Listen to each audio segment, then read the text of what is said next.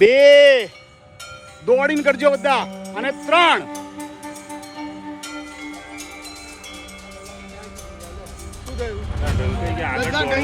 તો શું થયું બોલો હવે ફરી 2 અને 3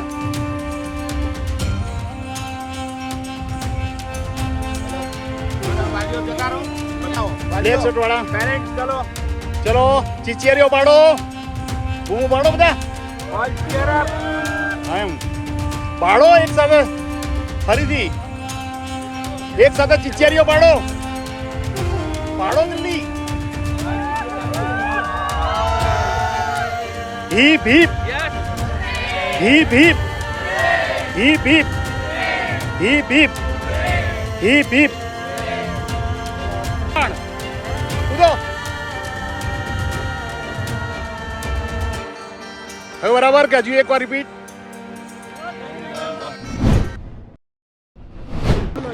मेरा नाम अंसारी नाहिद है।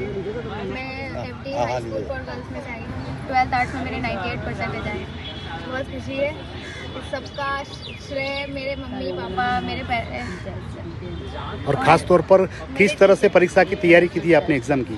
परीक्षा की तैयारी तो पूरी एटलीस्ट 70% स्कूल में ही हो गई थी, क्योंकि रोज़ बरोज़ टेस्ट होते हैं, एग्ज़ाम रोज़ डेली, तो 70% स्कूल में ही हो गई थी। बस 30% बाकी भी है, वो बहुत अच्छे से हुई है। परीक्षा आप दे रहे थे और मुश्किल परिवार को आ रही थी? नहीं किस तरह से सहयोग मिला? बहुत अच्छा। मेरी मदर मेरे फादर सबने बहुत अच्छा। क्या बनना चाहोगे? बहुत सारे ऑप्शन है बनने के लिए, अभी सोचते हैं, देखते हैं। जैसे फिर भी टीचर बनना कोई है मुझे, एक क्षेत्र में क्या आपका प्रदान क्या रहेगा? शिक्षा के क्षेत्र में ही प्रदान है। बच्चों को अच्छा पढ़ना, ज़्यादा से ज़्यादा जो तालीम हासिल करेगा अच्छा फ्यूचर बनेगा भारत का। ज़्यादातर जो समस्या है भारत की वो है शिक्षा। छोटे से छोटे क्षेत्र तक शिक्षा जानी चाहिए, तो टीचर बनना है मुझे। अच्छा, क्या आपको लगती है कि अभी की शिक्षा महंगी है? शायद गुजरात में तो नहीं है, क्योंकि बहुत सारे लड़कियों के लिए मोस्ट ऑफ ऐसा है कि शिक्षा महंगी नहीं है। गुजरात सरकार, भारत सरकार शिक्षा के प्रति सभान है, यानी कि ज़्यादा से ज़्यादा लड़कियाँ पढ़ सके उसके लिए कहीं ना कहीं फ़ी भी माफ़ी है। उसका लाभ लिया आपने? नहीं, अभी नहीं लिया। मैं FD मकतमपुर हाई स्कूल से इंग्लिश मीडियम से मैंने स्टैंडर्ड 12 कंप्लीट की है, और मेरे स्टैंडर्ड 12 में कॉमर्स में 96.06% आया है। क्या बनना चाहोगे आप? मैं चार्टर्ड अकाउंटेंट बनना चाहूँगी। किस तरह से आपके परिवार ने सहयोग दिया था आपको ये परीक्षा में उत्तीर्ण करने के लिए?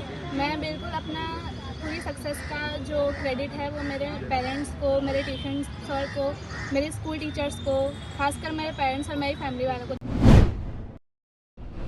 નામનો પરિચય આપો. મારું નામ કૃષ્ણા પરમાર છે. હું દિવાન બલુભાઈ માધ્યમિક શાળા પાલેર બ્રાન્ચમાં ભણું છું. મેં અત્યારે 12થમાં 99.73% મેળવ્યું છે, અને મારા પર્સન્ટેજ 93.73% આવ્યા છે, અને હું બહુ જ ખુશ છું આજે. અને મેં મારા મમ્મી પપ્પાનું નામ ઊંચું કર્યું છે, મારી શાળા, મારા ટ્યુશનના સર, આખી સમાજમાં મારું નામ મેં રોશન કર્યું છે. આજે મને એનો ગર્વ છે. ખાસ કરીને અભ્યાસ દરમિયાન કોઈક મુશ્કેલી આવી હશે, કેવા વાતાવરણમાં પરીક્ષા આપી હતી અને શું ખરેખર કોઈ વિઘ્ન આવ્યું હતું? નાનપણથી જ મારા મમ્મીએ અમારા ત્રણેય બહેનો પર બહુ જ ધ્યાન આપ્યું છે ભણવા બાબતે, એટલે અમને ક્યારેય ભણવાની પ્રિપરેશન માટે ક્યારેય તકલીફ નહીં પડી, કારણ કે ઘરમાં બધા સપોર્ટ કરવાવાળા છે ભણવા માટે.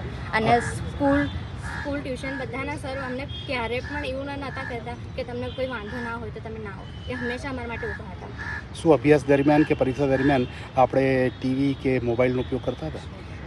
મમ્મી પપ્પા અમને એક તો ટાઈમ પીરિયડ બાંધેલો હતો, જમવાના ટાઈમે જ બેસવાનું, નીકળતો નહીં બેસવાનું, અને જો જરૂરી કામ હોય, કોઈ કોલ હોય ઇમ્પોર્ટન્ટ, તો જ નહીં તો નહીં. અમને હજુ સુધી પ્રાઇવેટ ફોન પણ નથી અપાયા, જ્યાં સુધી 12 પૂરું ના થાય ત્યાં સુધી. એક પરિવારની દીકરી તરીકે આગળ શું બનવા માંગશો? અત્યારે મેં એવું વિચાર નથી કે હું પ્રોપર શું બનું, પણ અત્યારે હું એવું ભણવાનું ચૂઝ કરીશ કે જેનાથી આગળ જતાં મારા મમ્મી પપ્પા લોકોને કોઈ તો તકલીફ ના પડે, હું એમનો બિગ સપોર્ટ બનું, ઘરની સૌથી મોટી છોકરી હોવાનો એમનો કોઈ કર્તવ્ય નિભાવું. આખા દેશમાં મહિલા સશક્તિકરણની વાતો થાય છે, તમે તો 3 દીકરીઓ છો, બરાબર છે, કઈ રીતે આપણે પરિવારને સશક્ત રાખો છો? અત્યારે મારી બીજી બેન છે જે CA કરે છે, હું અત્યારે આગળ MBAમાં જવા માંગુ છું, અને જો નાની તો જો ઘણી નાની 10મામાં છે. બસ હવે ત્રણેય બહેનો એવું કરીએ કે જેથી આગળ દેશને પણ નામ રોશન થાય અને ઘરનું શાળાનું અને અમારા જે પણ રિલેટિવ સમાજ છે બધાનું નામ રોશન થાય. દેશના રાજા એટલે કે રાષ્ટ્રપતિ પણ એક મહિલા છે, શું કહેશો?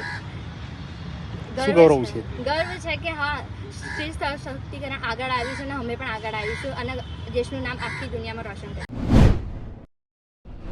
અલહમદુલિલ્લાહ, હું આજે બહુ જ ખુશ છું કે મારું આટલું સારું પરિણામ આવ્યું. મારા 99.8% આવ્યા અને 91% આવ્યા. આનો શ્રેય હું સૌથી પહેલાં મારા મમ્મી પપ્પાને આપવા માગું છું અને ત્યાર પછી મારા શિક્ષકો અને શાળાના પ્રિન્સિપલે બધાને આપવા માગું છું. કેવી રીતે પરીક્ષાની તૈયારી કરતા હતા અને કેવી રીતે આપણે વાંચનનો સમય ફાળવી શકતા હતા? એકચ્યુઅલી મારા મમ્મીને પેરાલિસિસ છે. હું શાળાએ જતી હતી, મારા પપ્પા રિક્ષા ડ્રાઈવર છે. શાળાએ જઈને આવું, પછી થોડું ઘરનું કામકાજ કરું, પછી ભણવા બેસું. દિવસમાં હું 6 કલાક ભણવા બેસતી હતી.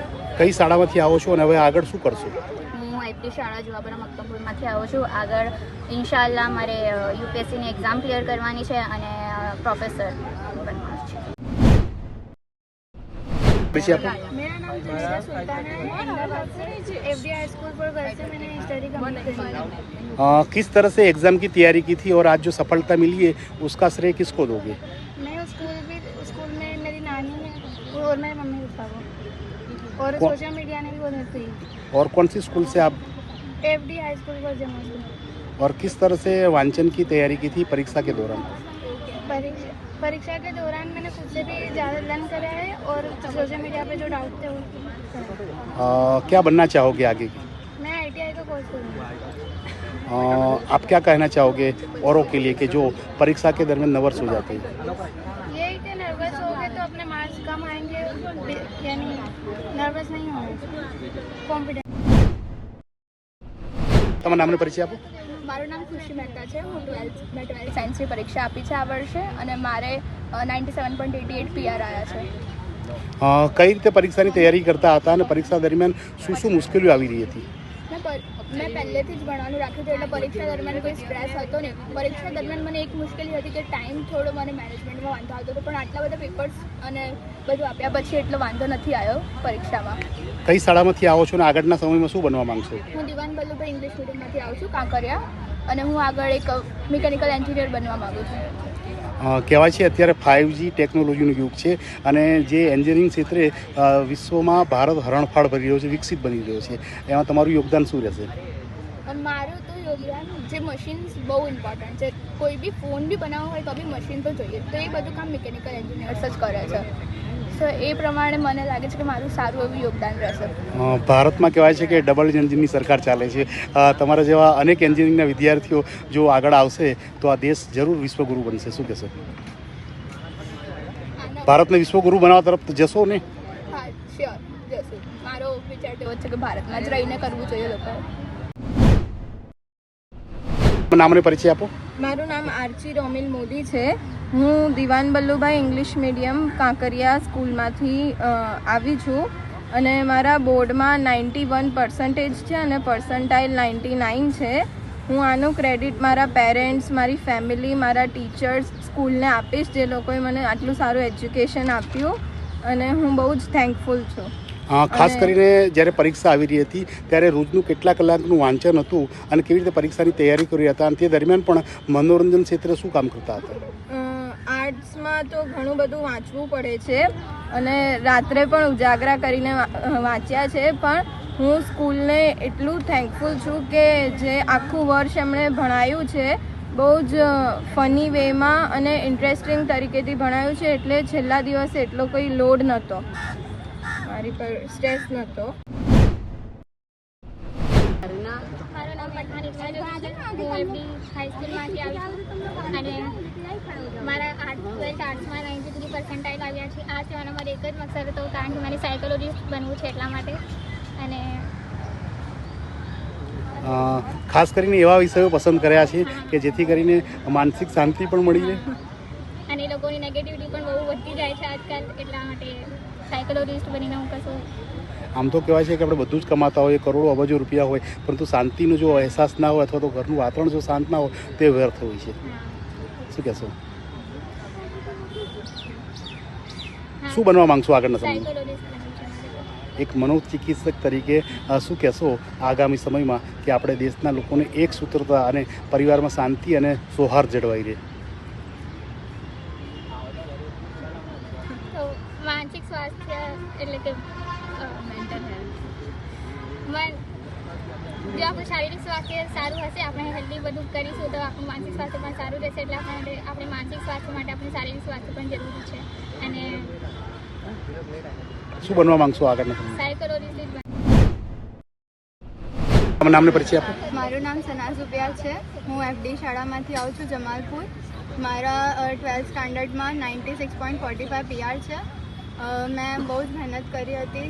આખા વર્ષ દરમિયાન બધા સબ્જેક્ટ પર એક સરખું ધ્યાન આપ્યું હતું.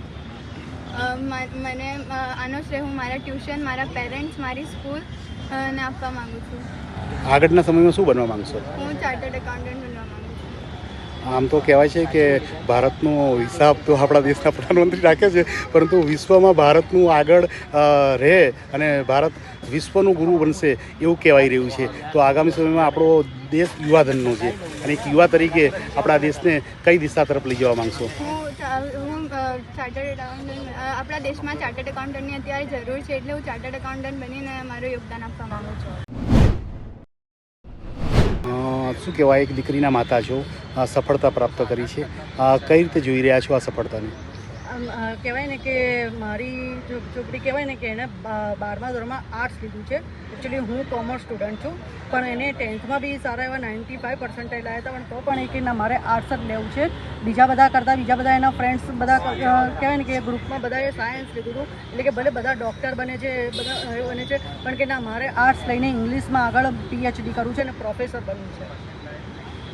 કઈ સંજોગોમાં અને કેવી સ્થિતિમાં આ વિદ્યાર્થી, આ દીકરીએ અભ્યાસ કર્યો હતો અને કેવી રીતે તમે એને મદદરૂપ થતા હતા, એનું સમય કેવી રીતે જણાવતા હતા? સમયમાં કહેવાય ને કે એ વિધાઉટ ટ્યુશન જ એ બધું એને જાતે જ કર્યું છે. મારે બસ ખાલી એટલું કહેવું પડે કે બસ એટલે એને ઉઠાડવી પડે અને કહેવું પડે કે બસ હવે ભણવા બેસ, બાકી બધું એની જાતે જ બધું એને કર્યું છે. મારે કશું કંઈ ખાલી બસ હેલ્પ, એટલે ખાલી એને કહેવાય કે સપોર્ટ કર્યો છે, બાકી કોઈ ભણવામાં મેં એને કોઈ હેલ્પ નથી કરી. કારણ કે મેં કહેવું કે મારું તો કોમર્સ છે, એટલે એને આર્ટ્સના સબ્જેક્ટ્સમાં મને કોઈ બહુ ખબર પડે નહીં, પણ એને બધું એની જાતે જ, અને સ્કૂલમાં કહેવાય ને કે બધા ટીચર્સોને એનો સારો સપોર્ટ હતો. વિધાઉટ ટ્યુશન પણ એને બધા સારા એવા કહેવાય ને કે 99% આવ્યા છે આજે એના. આમ તો કહેવાય છે કે દીકરો એના લગ્ન સુધી માતા પિતા સાથે હોય છે, જ્યારે દીકરી મરણ સુધી હોય છે. શું કહેશો? સાચી વાત છે. દીકરી તો હોવી જ જોઈએ, કારણ કે દીકરો તો ચલો કે ભાઈ એ જ, પણ દીકરી હોય તો સારું છે, મમ્મીને સપોર્ટ છે. દીકરી તરીકે ગૌરવ હોય અને સાથે સાથે મહિલા સશક્તિકરણની વાતો કરતા હોઈએ. એક દીકરી બે ઘરને તારે છે, એટલે બે કુળને ઉજાડે છે. હા, સાચી વાત છે. દીકરી કહેવાય ને કે આમ જોવા જઈએ તો લગ્ન પછી સાસરાનું બી હોય છે અને પિયરમાં પણ મમ્મીને પણ સારો, મમ્મી પપ્પાને પણ સારું એવું મદદ કરે છે, ગૌરવ અપાવે છે, કુળનું નામ રોશન કરે છે. હા, સાચી વાત છે. શું વિશેષતાઓ તમે જુઓ છો તમારી દીકરીમાં? મારી દીકરીમાં વિશેષતા એ છે કે બધું કહેવાય ને કે એની જાતે જ બધું કર્યું છે. મારે એને કશું કંઈ હેલ્પ કરવી પડી નથી, જાતે જ એની જાતે જ બધું એણે કર્યું છે, સ્ટડીને બધું.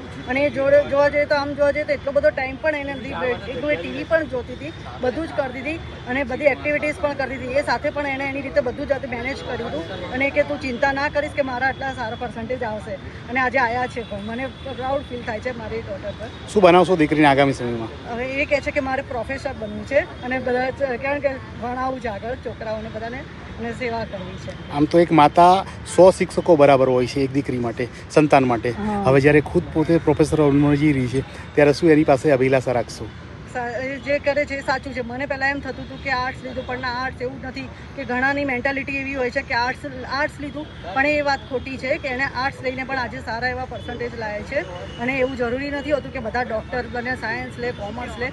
આજે એને સારા પર્સન્ટેજ હતા છતાં પણ એને આર્ટ્સ લીધું છે. એટલે એ બધી જે મેન્ટાલિટી છે કોઈની કે ભાઈ આર્ટ્સ લીધું એ ખોટું છે, એવું નથી. દરેકને જેને જે એમાં ઇન્ટરેસ્ટ હોય એ લઈ શકે છે. એને એમાં ઇન્ટરેસ્ટ હતો કે એને મારે આગળ ઇંગ્લિશના પ્રોફેસર બનવું છે, તો એ એની છે. સૈયદ અલ્શિફા છે. હું 12th કોમર્સની પરીક્ષા પાસ કરી છે. મારે 82% આવ્યા છે અને હું અત્યારે સીએની ફિલ્ડમાં જઈ રહી છું અને હું એની પ્રેક્ટિસ કરી રહી છું. શું બનવા માંગશો આગળ?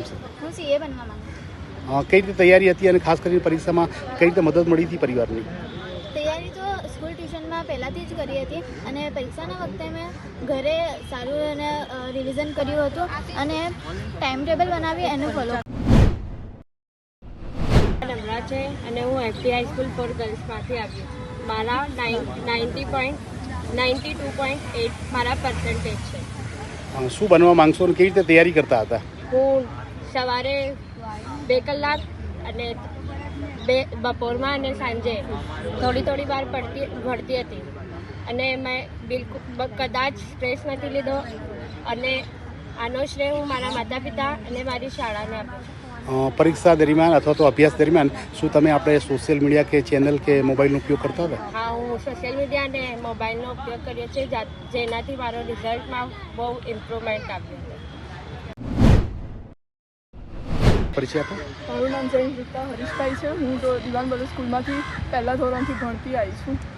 મેં અત્યારે 12 કોમર્સની એક્ઝામ આપી છે. કઈ રીતે પરીક્ષાની તૈયારી કરતા હતા? મારું જો ટાઈમ ટેબલ નક્કી હતું. ટ્યુશનમાં સવારનું મારે સ્કૂલ આવવાનું થાય તો આવવાનું થાય, નહીં તો પછી સવારનું ટ્યુશન હોય. ટ્યુશન પછી મેં મારું આખું શેડ્યુલ બનાવી દીધું હતું દરરોજનું, અને છેલ્લા 2 મંથ્સ તો મારું શેડ્યુલ એકદમ પરફેક્ટ રીતે હું એ પ્રમાણે જ કામ કરતી હતી. એનાથી બહાર ટાઈમ ટેબલની બહાર કામ નથી કરતી. જૈન પરિવારમાંથી આવો છો. સત્ય અહિંસા પરમો ધર્મ છે. એવા સમયમાં દેશ માટે આગામી સમયમાં શું બનવા માંગશો? હાલ તો મારા પપ્પાની ઈચ્છા છે કે હું CA કરું, એટલે હાલ હું CAની પ્રિપેરેશન કરી રહી છું. બાય ચાન્સ આગળ CA થશે ના થાય મને નથી ખબર, પણ મારી ઈચ્છા LLBની છે, એટલે હું આગળ LLB કરીશ. એક મહિલા તરીકે આગળના સમયમાં પરિવારને કેટલા ઉપયોગી થશો? હું એક વચ્ચે છું. મારો એક નાનો ભાઈ છે અને એક મોટી બહેન છે. મારી મોટી બહેને સાયન્સ લીધું હતું, જેથી એનું એટલું કંઈ ખાસ નથી, એટલે અત્યારે હવે ઘરની અપેક્ષાઓ જે છે મારા જોડેથી જોડાયેલી છે, વધારે છે. અત્યારથી ફેમિલીઝના સપોર્ટને લીધે હું અહીંયા પહોંચી છું, એટલે આગળ મારું યોગદાન મારા ફેમિલીમાં બહુ છે.